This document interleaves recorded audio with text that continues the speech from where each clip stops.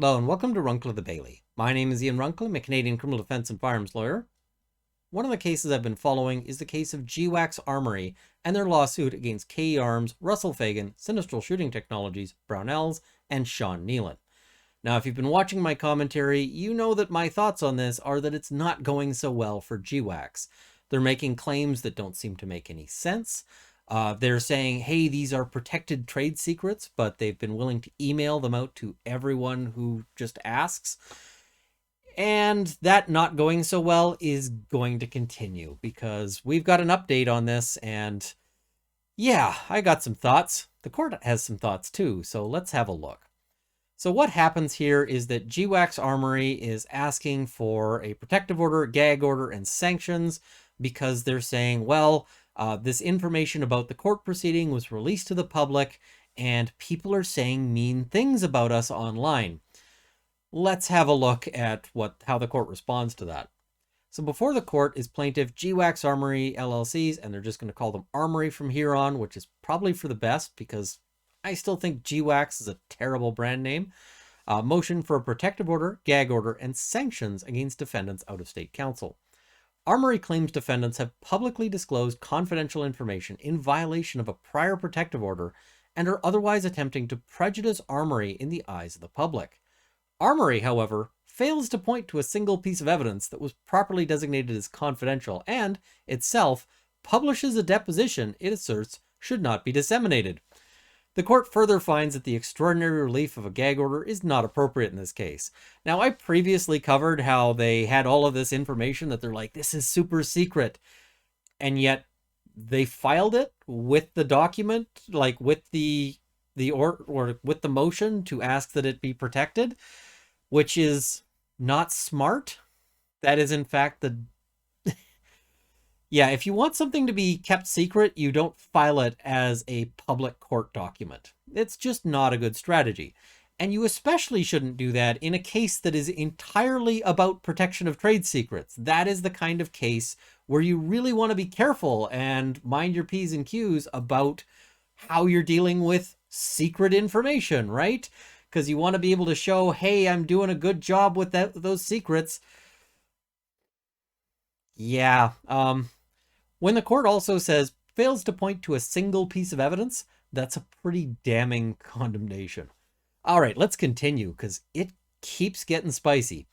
Background: the ownership and use of intellectual property for the CAV-15 monolithic polymer receiver for AR-15 assault rifles.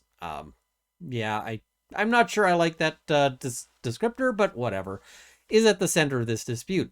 Among other things, Armory alleges that KE Arms LLC has breached a non-disclosure agreement, misappropriated trade secrets, and misappropriated its intellectual property rights by developing and marketing a lower that is based on Armory's protected designs. And again, this is just, they're saying these are Armory's allegations. They're not saying that this is actually necessarily what happened. So just be aware of that as well. Armory also has claims against Brownells Incorporated and other defendants.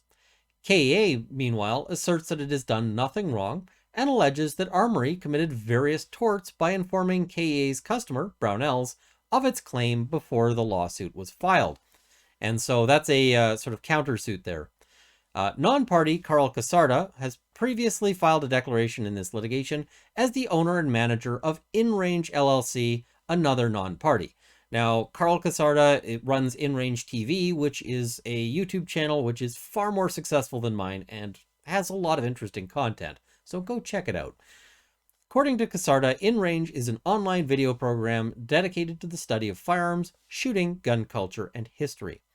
While a non-party, InRange allegedly has a pecuniary interest in the outcome of this case, i.e., they stand to either make or lose money. That's what pecuniary interest means. It means relating to money. According to Casarda's declaration, in 2018, Brownells and InRange entered into an agreement where Brownells would be the exclusive retailer and InRange the primary marketer of a fully assembled AR-15 rifle for a project called What Would Stoner Do?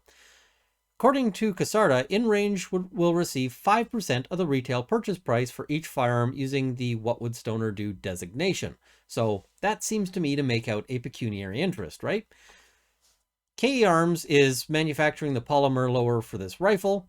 and it appears that this lower is the one that Armory claims misuses its designs. Armory deposed Casarda on April 7th, 2022. All right, so that's how Carl Casarda is involved in this. Now we're going to get into Reed Oppenheimer. And I have a previous video, because one of the big things that they're trying to keep secret with this big protective order and gag order application is the stuff Mr. Oppenheimer was saying about sort of what they're doing. Now, Mr. Oppenheimer is one of Armory's investors. I think he's one of the primary investors.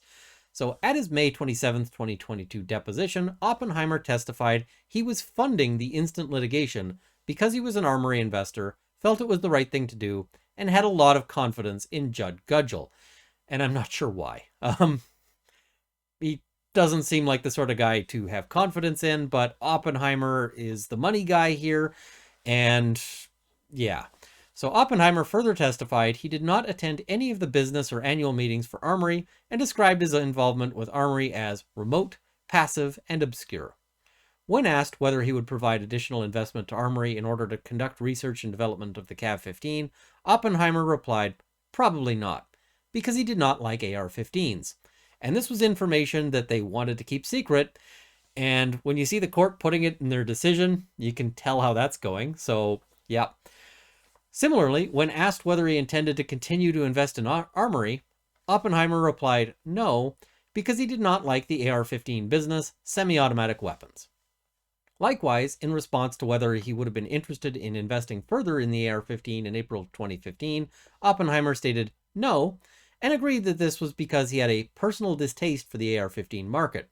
Oppenheimer then clarified he was specifically not interested in the AR-15 and military-style weapons to civilians. Now you might be wondering, why is a guy who hates the AR-15 funding a company that makes AR-15s? Well, first of all, GWACS Armory doesn't seem to be making anything anymore, but largely the issue here is that GWACS Armory has a sort of a sister company, and that is GWACS Defense. GWACS Defense makes a system for detecting gunshots, and so is largely a gun control sort of company. The reason why Armory exists at all is it was the company to own all of the guns that they used for testing of the defense system. So Oppenheimer doesn't like the idea of them selling guns, but he certainly likes the idea of suing other people who are making guns. So, there were some people who had some thoughts about that, myself included, but I'm not mentioned in this particular order, so let's look at the people who are. On July 24th, 2022, InRange posted a YouTube video titled, "What Would Stoner Do?" And they used the abbreviation there, "GWACS Armory Sucks," the InRange video. And I like the title, in which Casarda explains his involvement in the What Would Stoner Do project and expresses his opinion on several related topics, including the merits of Armory's claims in the instant lawsuit. So, and then they cite to the particular YouTube video. I guess I'll link it in the description below because it's relevant. Casarda discusses Oppenheimer's deposition testimony in the final few minutes of the video, stating that Oppenheimer made pretty flagrant anti-AR-15 and military-style firearms comments during the deposition, including that he was no longer interested in manufacturing or being associated with the manufacture of any AR-15 product or military-style firearms, but was willing to continue to fund the lawsuit against KE and so forth. Casarda then presents the following question. If Armory is suing about the supposed property rights of the CAV-15 arms / now GWACS Mark II lower in relation to the completely new designed KP-15, what is it they're trying to acquire if it isn't to manufacture more or a new monolithic polymer lower if the person investing in them flat out says that he's against AR-15s and military-style firearms in the civilian hands? So, and I mean, this is a good question, right? Why are you trying to secure your rights to this to not make guns with it? You know, usually these are rights that you'd use to protect yourself against unfair competition, to say that, you know, you are the people who should be the manufacturers of this, but they don't want to make it. So all they're really upset is that somebody else is. So Casarda offers his interpretation of the answer to this question by suggesting that the instant lawsuit could be the result of one of the following. 1. A realization that Armory is a failure. 2, a legitimate effort to diminish the amount of AR-15s available on the market as some form of activism in a very weird backhanded way. Or 3, a genuine belief that they own the A1 length of pull, trapdoor buttstocks, QD swivels, and the What Would Stoner Do project. Casarda ultimately concludes that no matter the reason for the litigation, Armory has done immense harm to no benefit to InRange, to the industry, or to the consumer. David Lane holds himself out as the web editor for RecoilWeb.com, the digital side of Recoil magazine. On July 29, 2022, Lane published an article on RecoilWeb.com, the Recoil article, discussing the instant lawsuit and his opinion on the merits of Armory's claims. And so they cite to that as well. I'll link to that article as well. Lane also explores Oppenheimer's involvement in the instant lawsuits, his contributions to federally registered political committees, and the Reed Jules Oppenheimer's Foundation's annual returns. Based on statements Oppenheimer made in his deposition, Lane characterizes Oppenheimer as someone who is flagrantly against the AR-15 in the hands of civilian ownership. As supporting documentation for his article, Lane provides several links, including to the InRange video and Russell Fagan declaration to the courts. The latter appears to be a link to the declaration of Russell Fagan in support of defendant's motion for summary judgment. All right, so these are the comments, these are the statements that the GWACS Armory is really upset about. They weren't happy that people were pointing out that they're sort of in bed with Reed Oppenheimer, who is pretty anti-AR-15 from his own comments, and it seems like the court agrees based on how they're framing this. On August 1st, 2022, Armory filed the instant motion. Armory asserts that, notwithstanding the court's entry of a stipulated protective order, defendants, in apparent concert with Casarda, published the InRange video. The InRange video, Armory asserts, is misleading, includes references to Oppenheimer's deposition testimony, and includes the Russell Fagan declaration, which Armory claims itself contains information subject to the stipulated protective order. And of course, they actually filed those references to the Oppenheimer's deposition testimony in that motion, which is dumb. So very dumb. Like, if you're saying we don't want people discussing this stuff, you don't file it as an exhibit. Armory asserts defendants have violated the stipulated protective order, the Oklahoma Rules of Professional Conduct, and this court's local rules for the conduct of attorneys. So they're basically saying that the defendants violated the order and that the lawyers have behaved against the standards of ethical conduct, and so they need to be punished. That's a pretty serious allegation, and you'd think that's one you'd really want to bring receipts for, because this is a court proceeding, and court proceedings operate on this thing called evidence. Yeah. For relief, Armory requests the court enter a protective order and gag order prohibiting the parties from disseminating information and evidence related to this case, prohibiting public harassment and oppression of Armory.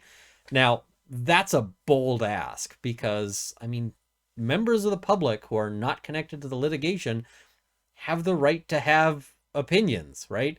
And so I can make videos like this where I say I think GWACS is kind of clowning themselves.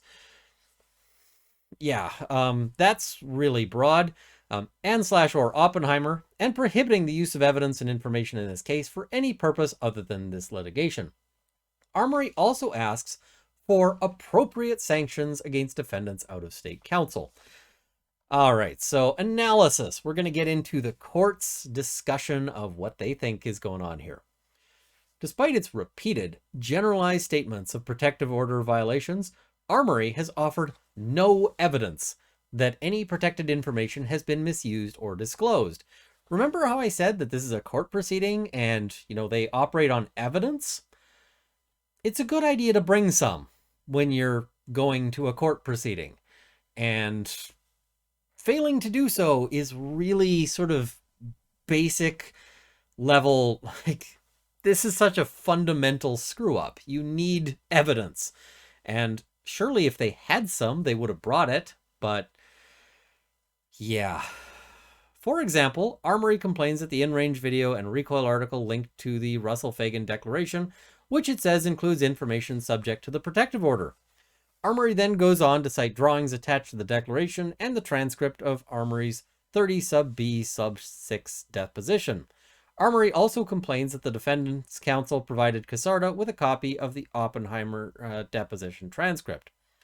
As relevant to the instant motion, the stipulated protective order applies to information produced or disclosed during this case when it is designated with the procedures set forth in the order.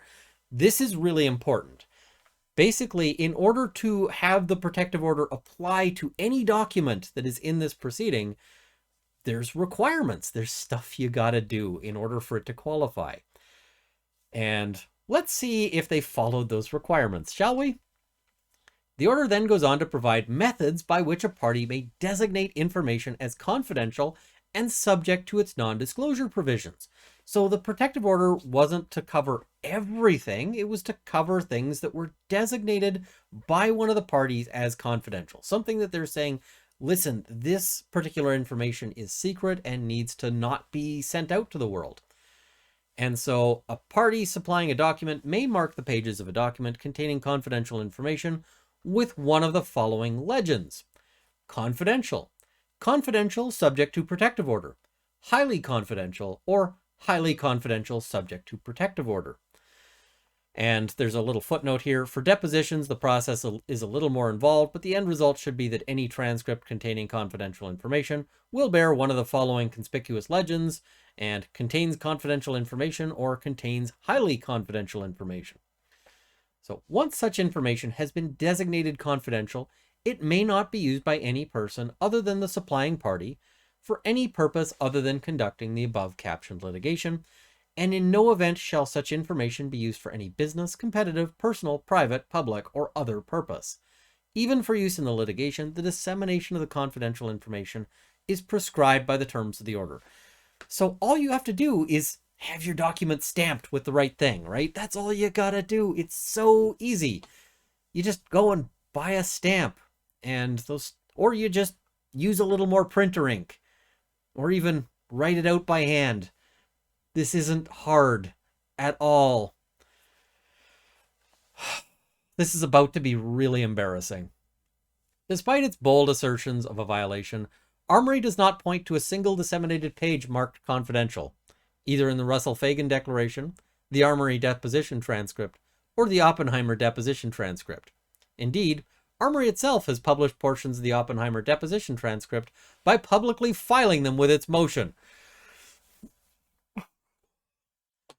Armory does not explain why it did not take advantage of the provisions of the stipulated protective order or seek revisions to that order if its protections were not sufficient.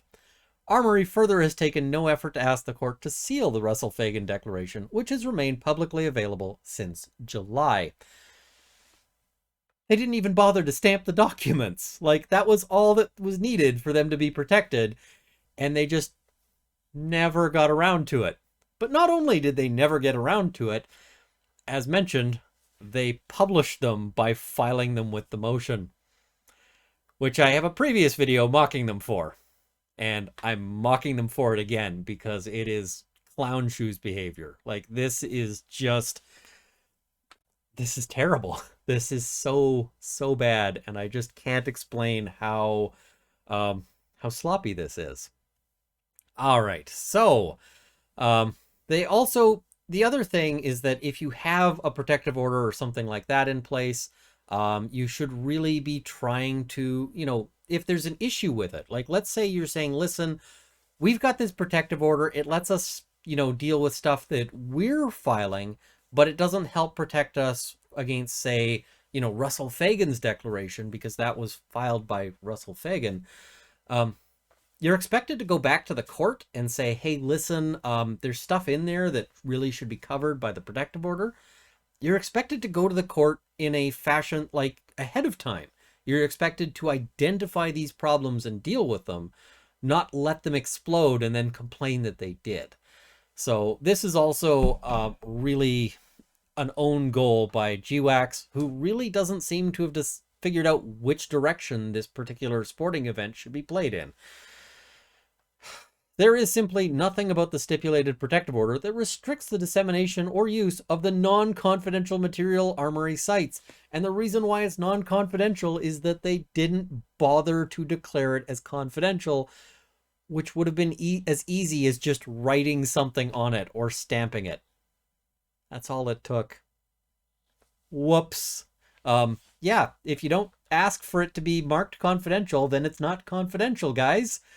And you can't complain that people are disseminating the stuff that you never actually asked them not to disseminate, using the powers the court gave you to ask for that.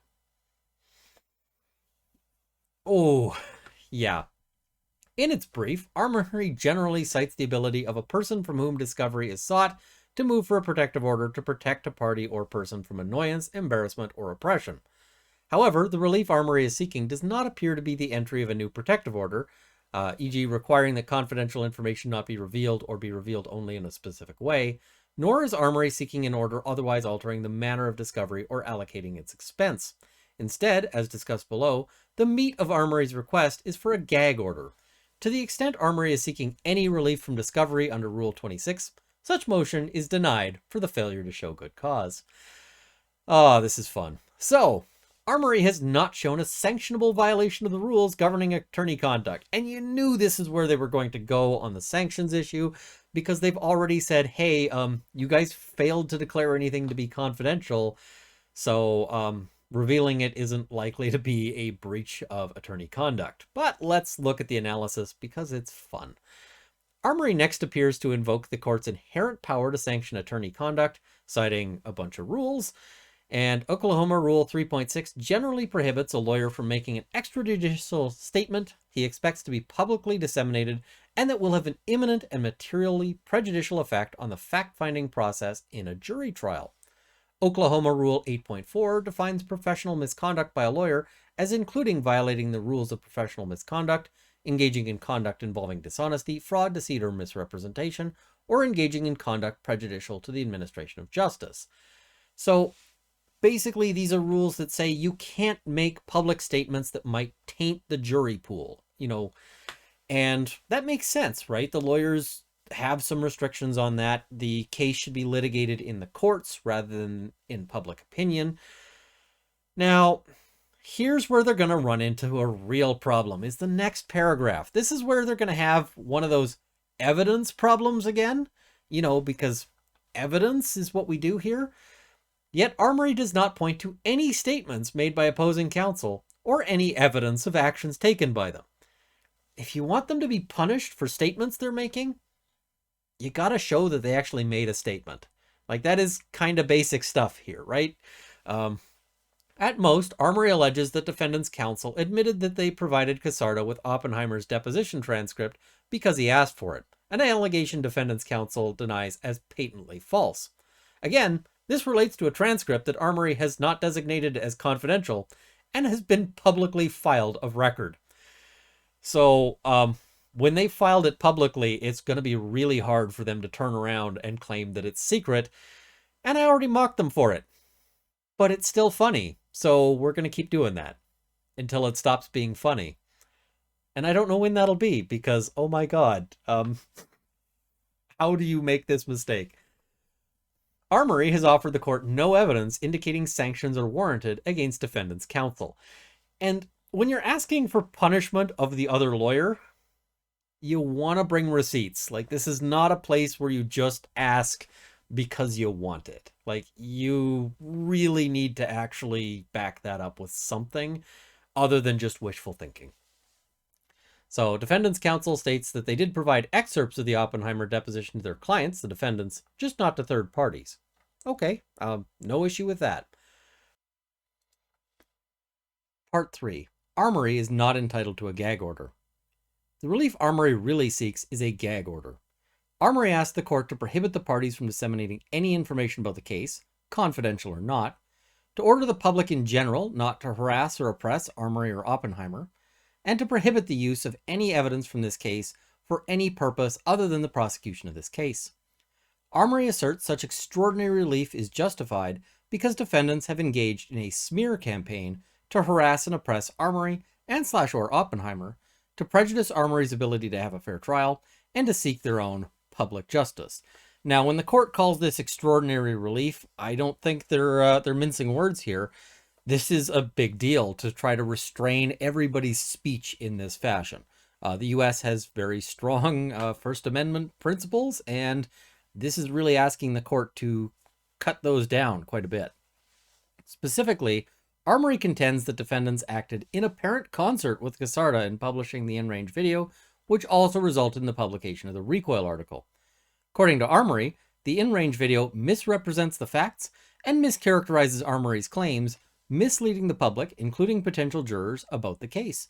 So they should be thrilled about this coverage, because I'm going directly to the documents, and I mean, you can see it for yourself. We're actually going through this pretty much word for word, absent my commentary, so surely they're thrilled about that. You're welcome, Armory. As evidence of the InRange video's ability to taint the potential jury pool and prejudice a fair trial, Armory points to one disparaging voicemail from an anonymous caller in Oklahoma it received the day after InRange posted the video. So, one phone call. That's fantastic evidence, right? One phone call. Armory also generally points to the InRange video's comments about Oppenheimer, his charitable foundation, boycotting any business he is a part of, Armory, and Armory's lawyers. So, people aren't super happy about Armory. Okay, let's see how the court deals with this, because I have some thoughts. An order prohibiting extrajudicial commentary regarding a pending case imposes a prior restraint on the rights guaranteed by the First and 14th Amendments.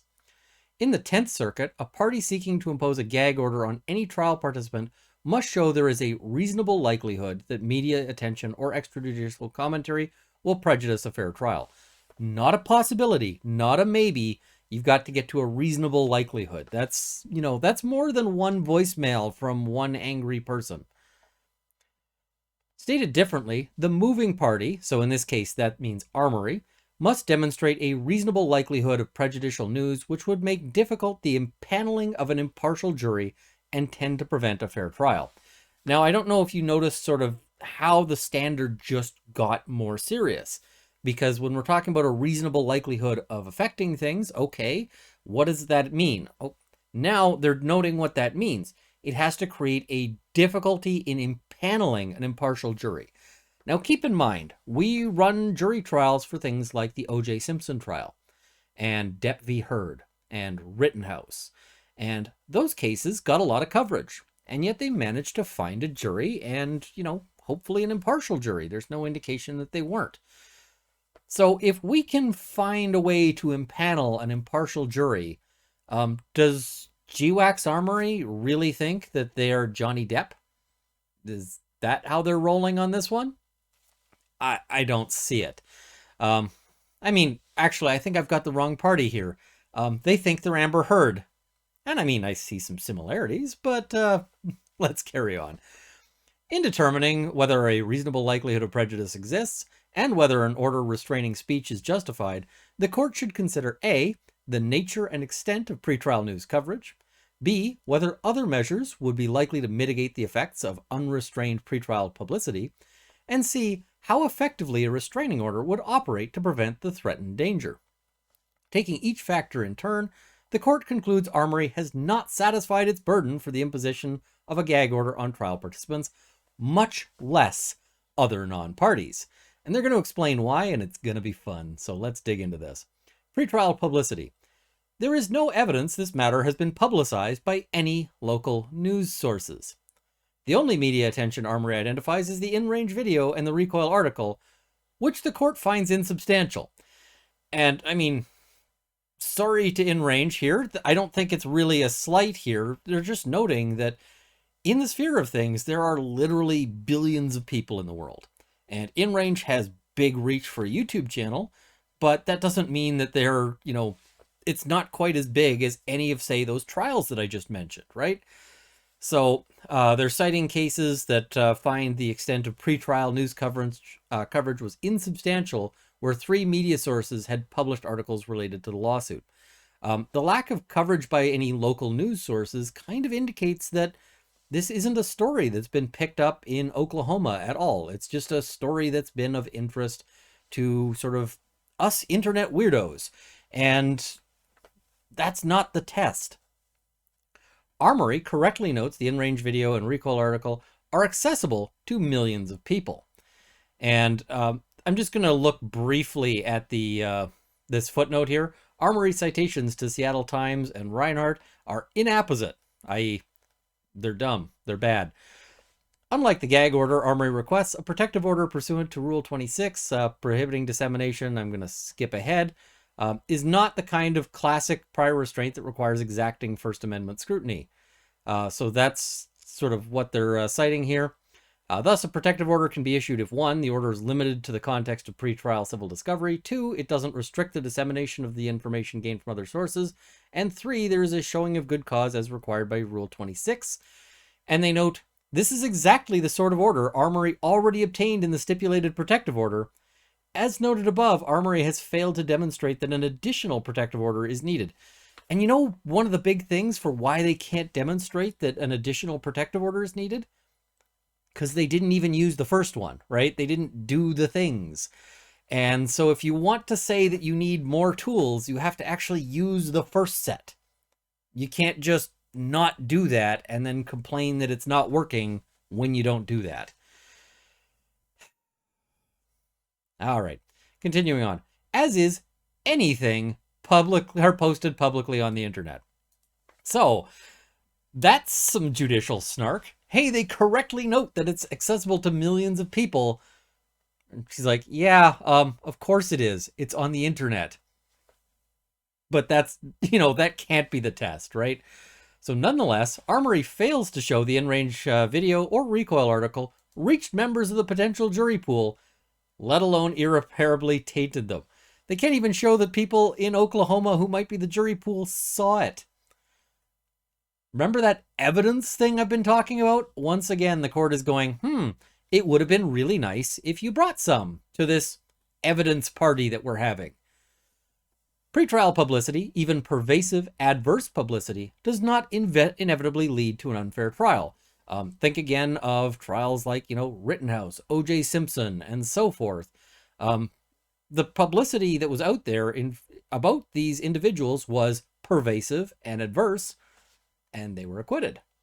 So, yeah. I feel like you're going to have a real hard time saying, you know what, the public is meaner to us in this trial that very few people have heard of. I mean, I'm the only person I know sort of doing legal commentary on it, is worse than O.J. Simpson's pretrial coverage. Although originally published on YouTube, Armory states the InRange video was subsequently shared on Facebook, Reddit, and other platforms. Armory asserts InRange has 426,000 YouTube subscribers. Those are nice numbers. One day. 4,134 Facebook followers. Yeah, again, one day. And approximately 3,800 Reddit members. I don't actually have sort of a Runkle subreddit, so I can't really complain about that one. Armory states the InRange video was viewed 92,203 times, received 1,050 comments, and received nearly 7,500 likes within a week of publication. Those are excellent numbers. As to the recoil article, Armory states Recoil has 517,302 followers on its Facebook page alone.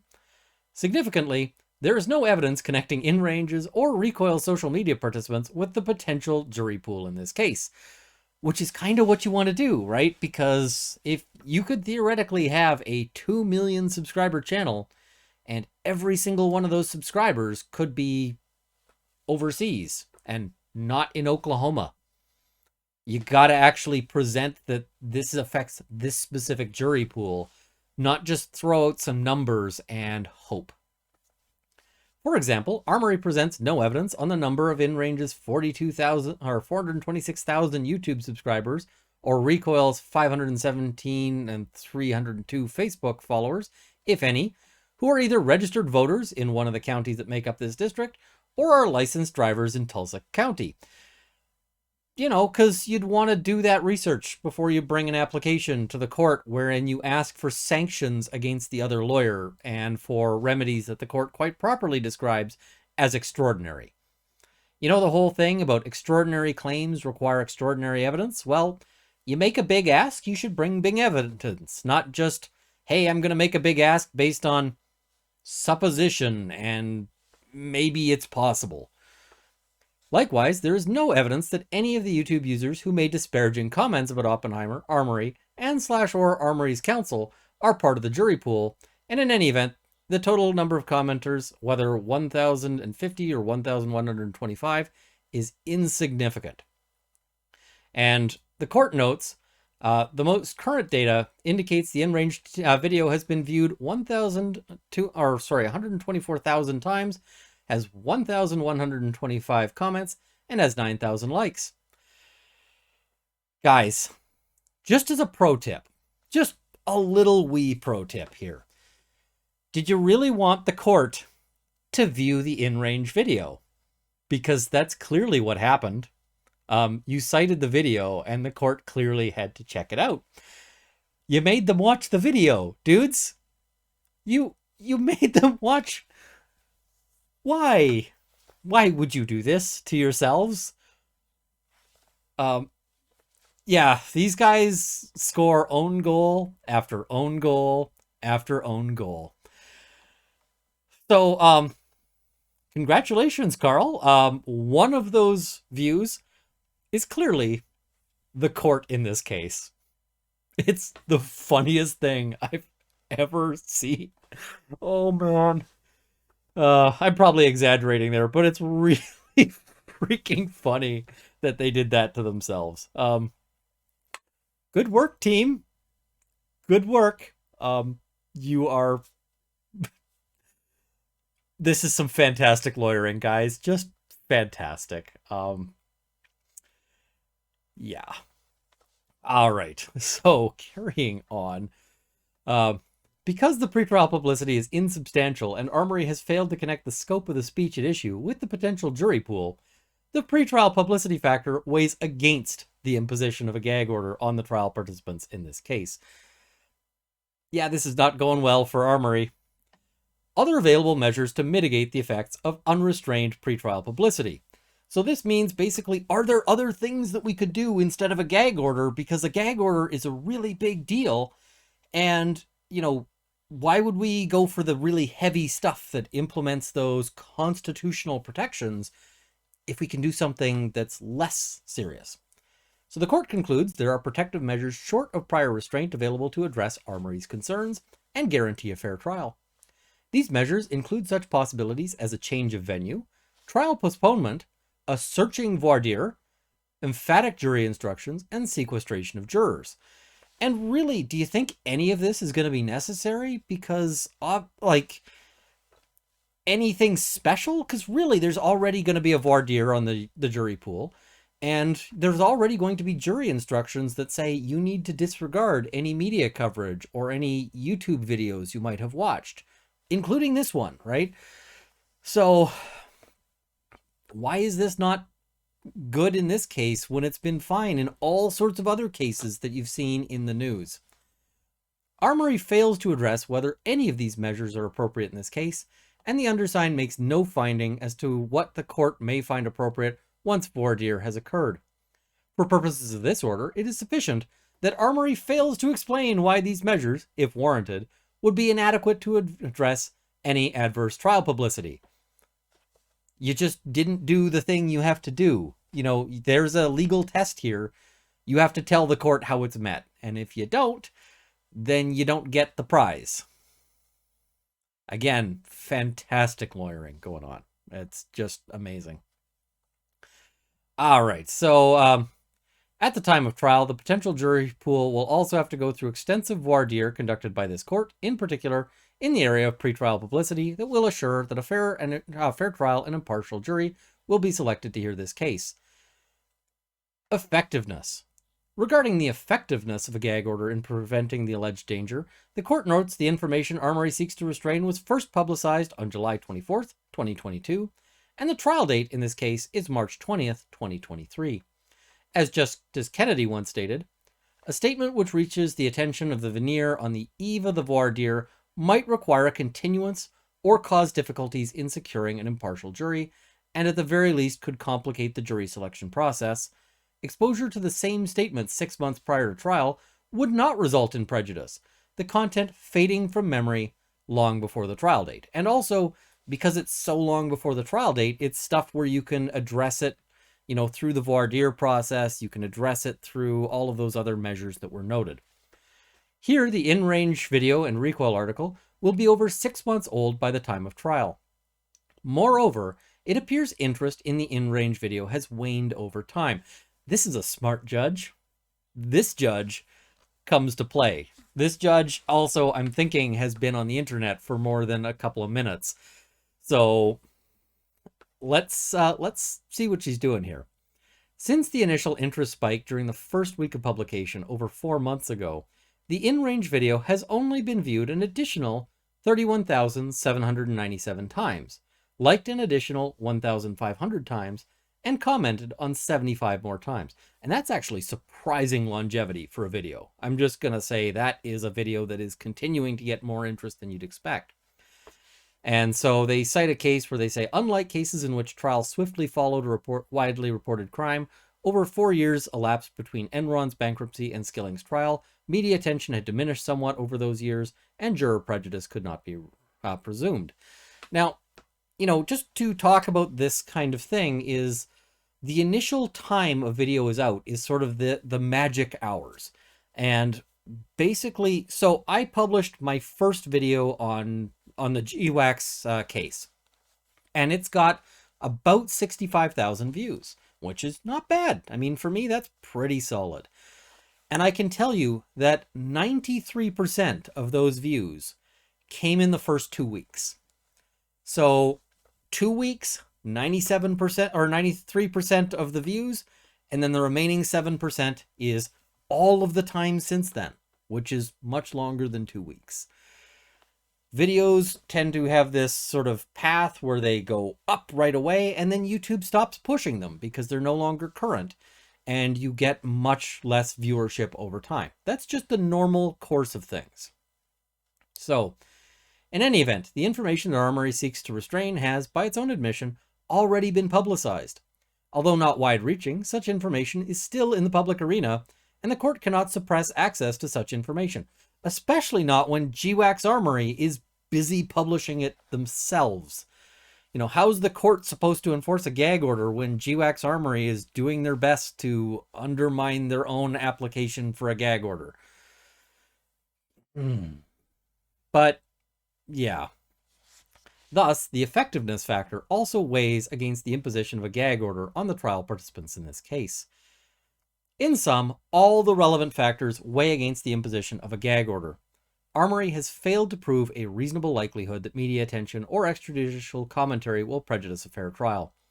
It is therefore ordered that plaintiff's motion for protective order and order prohibiting extrajudicial statements and pretrial public communication and dissemination of information is denied. So, I really like this response because the court is clearly not putting up with any BS and has spotted a number of issues. The big thing is that, as I mentioned, this is a case about secrets and the protection and preservation of secrets.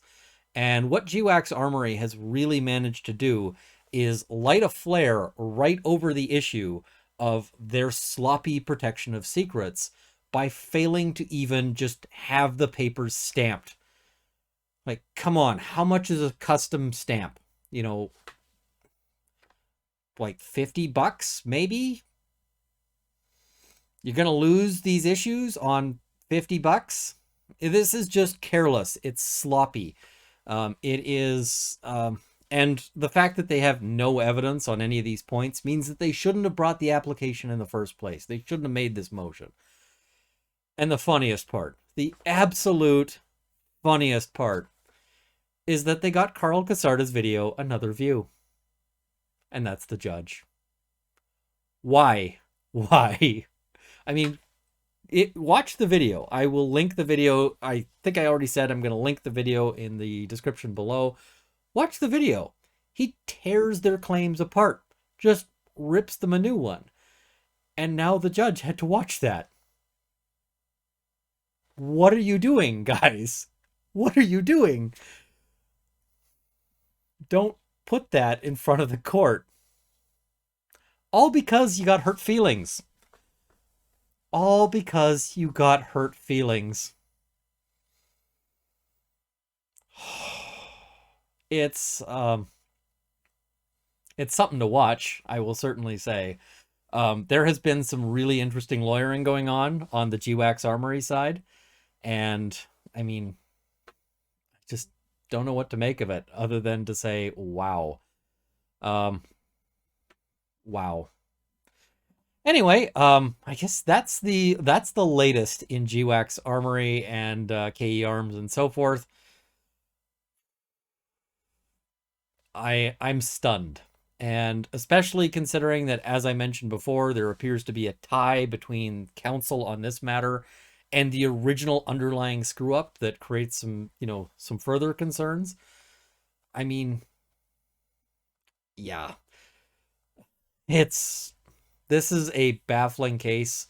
And yeah, I really hope that the problem is that juries are always unpredictable. So I really hope we see the right result in this one. And I mean, so far it looks like it's headed that way, but we'll see. I mean, there's always risk in trials. Anyway, thank you to all of you watching, as well as to my Patreon supporters. If you like this video, please like it, share it, subscribe to see more content. And as mentioned, for my Patreon supporters, I want to thank Canada's National Firearms Association, the CCFR, and the Canadian Shooting Sports Association, all at the $50 level. At the $30 level, Sights and Arms Limited and Jane Babe and Luxor. And at the $20 level, Mark, Kyle Fox, Haywire, Gerald to the Bailey, Dale Nesbitt, Cameron Johnson, Andrew Elsich, and Vicky. Now, today I have a bit of I've got a different end roll. And that is a mock advertisement. So, enjoy. Today's modern woman is active, dynamic, and that means she doesn't want to be slowed down by unwanted friction. Fortunately, we have the solution. GWACS. GWACS offers a quick solution to clear away unwanted friction from even the most sensitive areas and is virtually pain-free. If you're looking to improve your aerodynamics, GWACS is your answer. GWACS is available in pine scent, new car smell, and fresh lemon. GWACS is not suitable for all users, not for internal or external use, may cause blistering, withering, and or scaling. GWACS is not responsible for any injuries caused by using the product in unintended or intended ways.